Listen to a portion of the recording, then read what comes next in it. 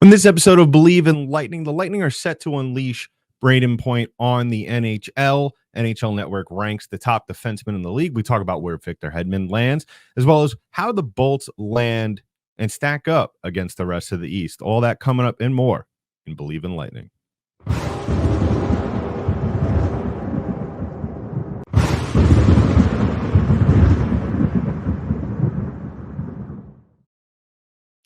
And welcome to another episode of Bleav in Lightning, part of the Bleav Podcast Network. I'm your host, Adam Danker. Thank you for joining me on this episode of Bleav in Lightning, the show where we talk about all the news and action surrounding the Tampa Bay Lightning. You can find our show on iTunes, Google Play, and Spotify. We're also available on YouTube. Go ahead and follow our Instagram page at Bleav in Lightning.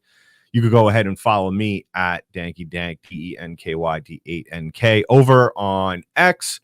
On this episode, we're talking about some of the changes, the ever-continuing conversation of changes that have happened to the Lightning this offseason. How will that really affect this team going into the 2024-25 season? And we start off with Brayden Point, because I think that with all this talk about what the Lightning will be missing from from Steven Stamkos, as we all know by now, he has gone over to Nashville. Wish him the best of luck. And unfortunately, even though that is something that we all, I think, as Lightning fans and people that follow this team and root for this team on a nightly basis, and we just want to move on from all of that. That is something that is going to carry with this team, at least for, I think, the first couple of months of the season. And I think especially when the times get tough, because as we all know, they do get tough throughout the course of the NHL season for every team. That's not just the Tampa Bay Lightning. Things get really good and things get really bad at times. And we saw that with the Lightning last season, being the best team in the NHL in the month of March, not really doing so hot in the early stages of the season, but we're able to keep it 500 once Andrei Vasilevskiy came along back from injury. But now, obviously, this season is a little bit of a different story. Vasilevskiy is back, but and you have you still have the same group of guys for the most part around, plus or minus a couple of players that have left this offseason.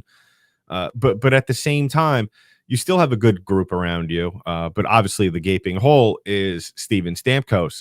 But I feel like throughout the whole conversation, like I said, nobody really, for that matter, has really talked about Brayden Point, about the kind of player that he has been for this team for his entire tenure here in Tampa Bay. Just to remind you, in case you're not familiar with the stats, and mind you, he's played his entire career in Tampa, so no problem there. Over 580 games played, 264 goals, 553 points. Well on his way to 1,000 games and 1,000 points, barring catastrophic variables that might come into play at some point. But I think that really we're not talking about how, even though, yes, you've lost your leader, you've lost arguably the face of the franchise and the team, but you're not talking about how this will benefit other players. Really, the one in conversation, Brayden Point. And a lot of people think, at least that I've spoken to, think that Brayden Point is going to really have a phenomenal season.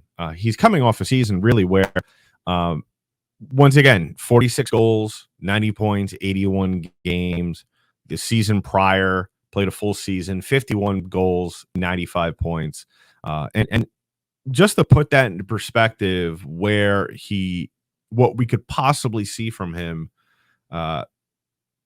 without Steven Stamkos is really, I'll put it right now, in his stats through 90 games that he has not played without Stamkos. We're not talking about the Stanley Cup playoffs, because that was a whole other story. But through 90 games that Steven Stamkos has played throughout Brayden Point's career that is missed, Point has 34 goals and 71 points. And really, when you look at that is a great starting off point. And I think that a lot of people, and it's really more so the fans that I believe in, and I'm not throwing shots at anyone. This is just really what it comes down to. These are really just the fans and the people that are throwing their hands in the sky and think everything's going to fall apart on night one without 91.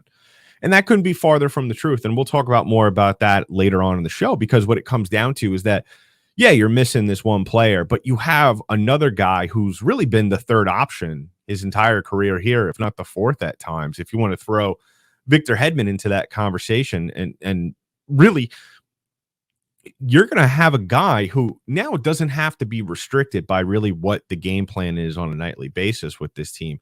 And what that has been, for those of you that are not aware, is 86 controls things, let him do his thing.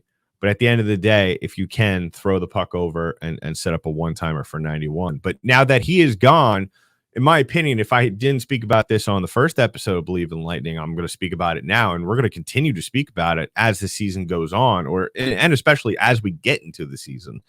I think that really it opens up the floor for more creativity from Nikita Kucherov and Brayden Point, and I think that a lot of opposing teams, if they're not aware of how dangerous that tandem is going to be now without that restriction and that variable in play, they're going to find out real quick. And I think we're going to find out to a certain extent on night one against the Carolina Hurricanes, because those two players, I mean, you had, like I said, you had a structure that was somewhat in place, somewhat of a game plan that was really pushed hard over the last 5 years or so.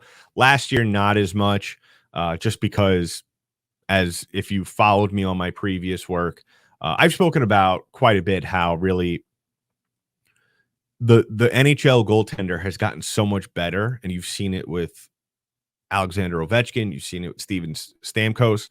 The one-timer, I feel, is slowly getting phased out of the game, and that's what opens things up for guys like Brayden Point.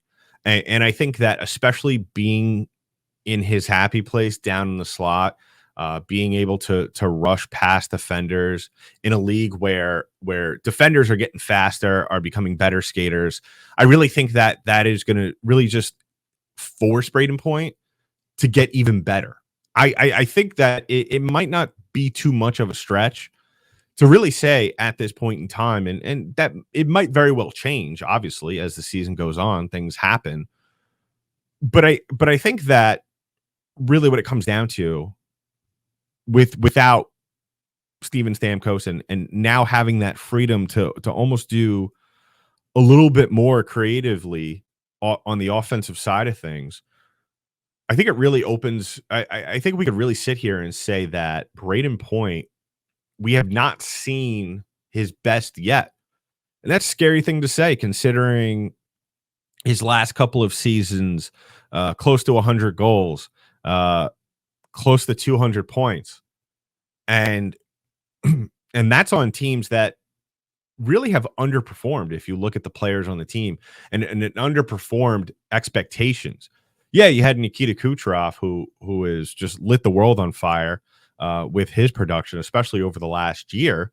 But what it comes down to is that now you have a guy who you could really solely focus on and really have the team gravitate towards and be able to kind of almost rely on him on a nightly basis. Now, that doesn't mean that this team could fall asleep at times, that it is prone to be done throughout the last couple of seasons and really last 3 seasons.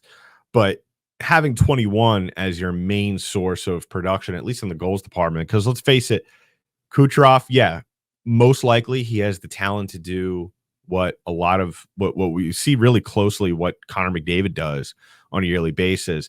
I think if he really wanted to, he could score 50 goals and have over 120 points, but that's just not who he is. He's a creator. He's a facilitator. And once him and Point get into that groove of really the 1-2 punch for the Lightning, as well as if you see a healthy Victor Hedman, who we're going to be talking about coming up in the next segment, I think really that is going to really just blow the doors off a lot of teams. And it's really going to shock a lot of people, not only outside of the Lightning fan base, but as well as inside of the Lightning fan base. So let me know on our social media page on Instagram what you think about that. Like I said before, follow us on our social media page on Instagram at Bleav in Lightning. That's BLEAV, Bleav in Lightning on Instagram, as well as follow me on Twitter at DankyDank, DNKYD8NK. And you could also comment on this video on YouTube. So go ahead and do that. So we're switching gears here now. We just got done talking about Brayden Point, going to be the focal point of this team for the foreseeable future. Yes, Nikita Kucherov coming off a phenomenal season in which a lot of people outside of the Lightning, I get it. They say that, Nathan MacKinnon was really deserving of the Hart Trophy, and I get that. And as hockey fans who live on the East Coast, it's a little different to watch the Colorado Avalanche and difficult to do that. But without being too biased, you got to see what he did last season. It's really when you break it down, what this team had to overcome, especially early on. Nikita Kucherov was there to really hold it down for this Lightning team. But the one player that I think that really got overlooked as well, and we could kind of jump into this a little bit as the conversation goes on, is Victor Hedman. And because of that, I think a lot of it has to do with the fact that his defense hasn't really particularly looked up to the standards that he has set for us throughout his time with the Tampa Bay Lightning, especially the year he won the Norris Trophy and the subsequent years, about, I would say, maybe 1 or 2 years afterwards. It was really 21. After 21, that's when things started to kind of go downhill, sort of. And, we could spend a whole episode on that. But that's why, at least to me, it was surprising when NHL Network the other day, they've been doing this segment. If you want to go back, I would very much, they have the videos online, very much encourage everybody to go back and watch these videos. But they've been doing these broadcasts over the last couple of weeks, ranking. They did the top wingers in the league, they did the centers, and they got up to the defensemen. I believe they're probably going to do goalies next week or something like that. I don't know. I don't really follow it that closely, maybe as some as other people do. But I always like rankings, and rankings are going to be somewhat of a topic here, I think, throughout the tenure of Bleav in Lightning here. But I always like to look at rankings. Now, a lot of this is very political, in my opinion, which is why I think part of it also, I was very surprised where Victor Hedman was ranked in this. So they did top 20 defensemen right now in the NHL. For the most part, it was very spread out. I don't see any duplicate teams up here, if I'm mistaken. Oh, well, we do have Edmonton on here twice. We have Evan Bouchard and Noah Dobson, and Matthias Ekholm, excuse me. But Victor Hedman ranks 3rd out of 20 under Quinn Hughes and then Cal McCarr. No brainers there. I think whoever you ask, you could probably flip-flop those two. But I was very surprised to see him in the top 3 of that conversation, given where I feel like a lot of the league views him as a whole. He finished 6th in the Norris Trophy voting last year. So to go out and say that he ranks 3rd in the league for defensemen, it's a little bit of an odd, I guess, thing to see for Lightning fans, honestly, when you look at how I think he is viewed by other fan bases. Victor Hedman, especially me, I'm very, very tough, I think, when it comes to ranking Lightning players. I would have had him lower. The one player that I think kind of got thrown a little bit farther down than he should have, and maybe this is the New Yorker in me, so maybe I'm a little biased in this regard, but Adam Fox at 8 under Charlie McAvoy. And I don't see that. I mean, yeah, I think when it comes to rankings, though, I think that really once you get into the top 8, top 7, even the top 5, it's very close. Unless obviously you're talking about wings and Connor McDavid and Austin. Connor McDavid and Nathan McKinnon are involved. But I think that what it comes down to, and yes, I know Connor McDavid is not a winger; he's more of a center, but obviously plays like a winger. But I think when you look at it, I think it's a lot of people starting to see Victor Hedman trend back in what he was originally when the Lightning were winning back-to-back Stanley Cup championships. And his numbers, for the most part, have really stayed the same. And I think that's what really kind of also gives him a bump. As we know, back in 21-22, he played a full season. He had 20 goals, which was a career high, 85 points, which was also a career high. He had a down year in 22-23, only played 76 games, 9 goals, 49 points. Very much of a drastic step back. And to me, that was kind of, you're starting to see the aging coming along. I always say it with defensemen that you take their age and you add an extra 5 years on there, and that's really what their body feels like. And really, when you look at Victor Hedman, especially this past season defensively, that's really where he was. There was time, especially early on in the season, and it's not all on him. I know the defensive core this past season was less than stellar. It was less than mediocre at times as well. But I think that really that was the thing that we all assumed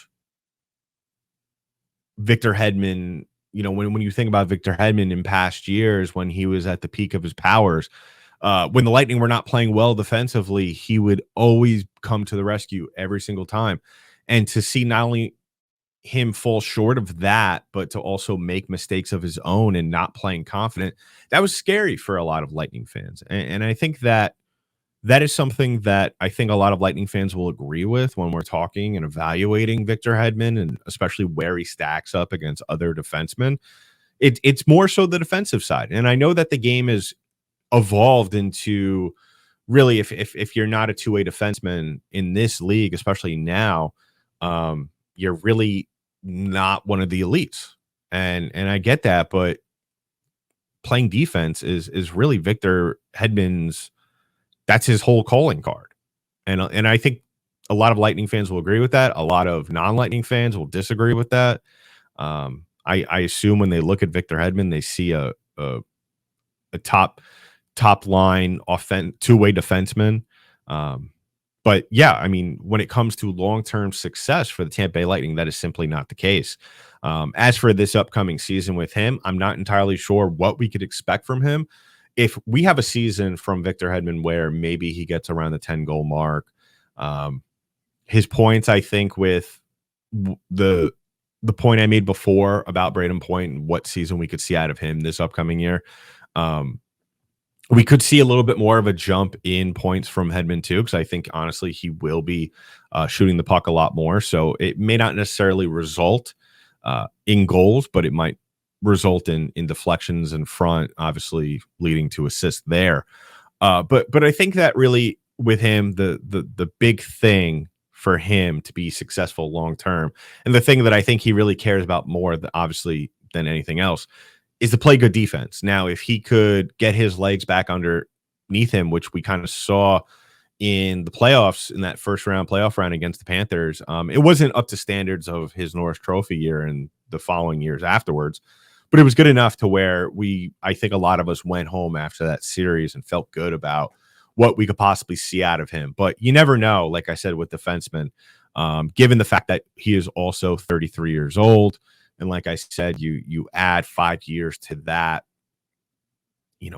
now he's kind of skating and playing like a 38-year-old. So that's a little bit of a wary thing to see. But I think at the end of the day, if he plays good defense, I think that he is better than really a lot of the defensemen in the league. I think that, like I said before, it was a little confusing to see him top 3 in the league, ranked by NHL Network. Take that as credible as you want it to be. But I think that as long as he plays defense like we all know he can, I think, yes, you could put him there. Can you put him above Quinn Hughes? that's a whole nother conversation to have. I think Quinn Hughes is a very, very, very good defensive player. Do you put him above Cale Makar? I think no. I think that Cale Makar, um, when you're evaluating him against Victor Hedman, it's two different generations, players at different points in their career, and I think also just two different styles. I think that Makar is a solid prime example of a two-way defenseman. You could say the same thing about Miro Heiskanen. Same thing about Adam Fox. I think that's why I think Fox really should be in the top five. Charlie McAvoy is two as well. I think Charlie McAvoy should be higher than Gustav Forsling. Gustav Forsling, very good player. I think, though, a lot of people are ranking him high because of this past season with the Stanley Cup, as a lot of players tend to happen to them. Their rankings and how they are viewed are a little bit higher and overrated than really what in a non-championship year that we would probably rank them at. But you know what? That's par for the course in the NHL. So like I said, let me know on our Instagram page, Bleav in Lightning, how you feeling about not only Brayden Point, but as well as Victor Hedman this season, because with every topic that we talk about over the summer, it's really one of those things that is going to be continuing to evolve, not only as we get into the off season, but as well as we continue to see this team play in a new era of Lightning hockey. So wrapping things up on the show, like I said, once again, please go ahead and subscribe to our podcast wherever it is available in audio form: Spotify, iTunes, Google Play. We are there. Go ahead and follow us on our YouTube channel, Bleav in Lightning there. Comment on this video below. Download the episode, please. We really, really appreciate it. All the people that have thus far and will continue to do so. You can also follow me on Twitter at DankyDank, DNKYD8NK. Love to hear from all of you and all of you that have followed me over from my previous work. I really appreciate that. All of you, I see some of your familiar names there, so I appreciate that. So we're wrapping things up on this second episode of Bleav in Lightning by now talking about the thing that I think is going to be in the back of the minds of a lot of Lightning fans going into the new season, especially training camp. Because, like I said at the top of the show, a lot of things have happened this summer. Some good, some bad, some vanilla. And I think that now with all those moving parts sort of kind of in place now, and I feel like the bulk of moves made around the NHL is kind of behind us. I don't expect anything particularly crazy to happen before the NHL season starts. Then again, crazier things have happened. But when you look at how the Lightning rank in the division, and I Bleav I got maybe into this a little bit on the first episode of Bleav in Lightning a couple of weeks ago. If you haven't listened to that or watched it, please go ahead and take a look back at that. I spoke a little bit about, or I will now talk a little bit about where the Lightning rank. And I think especially when you're looking at the East, obviously the most important thing when you're ranking the Lightning and what you expect them to do and how they compare to other teams is the Atlantic Division. Starting off there, I think that the Bruins have lost a step. Every year they do add parts, and that's great. And they that's what you're supposed to do when you're, especially your core that you've had for so long is starting to get older and starting to age out. Patrice Bergeron retiring a couple of years ago. Brad Marchand starting to kind of get up there as well. Tuukka Rask obviously no longer with the team. Trading their number one goaltender this offseason. And then you also look at Florida and what has happened with them, how we all know, we should all be familiar with this, how really the championship teams, it is so hard to make everybody happy, especially when you have all those contracts expiring and you got to pay everybody way more money than you could possibly afford to make yourself better. And sometimes, that even if you resign those players, it doesn't work out there. And then you also look at Toronto. Toronto is just one of those teams where I just don't understand like what the end expectation is. I do, but when you make kind of along the lines of the same moves, and a lot of it has to do with huge overpaid contracts of some players. I might be a little biased there in that regard, but still, I think that there's a situation there that really, at the end of the day, it's not going to end well unless they win a cup up there in Toronto. You have a core that a lot of their contracts are expiring soon. Marner, he's going to be a free agent after this year. There's been a ton of talk about whether or not he's going to be traded at some point. Austin Matthews just got promoted to captain. Where does that leave John Tavares now? I know really I don't think there's any discussion there to trade him, but obviously the glaring thing there is going to be goaltending. I don't understand, if this team had somewhat of an above average goaltender, I would rank them way higher, probably one in the division above the Panthers going into this season. And then you have the Lightning in that conversation. You have a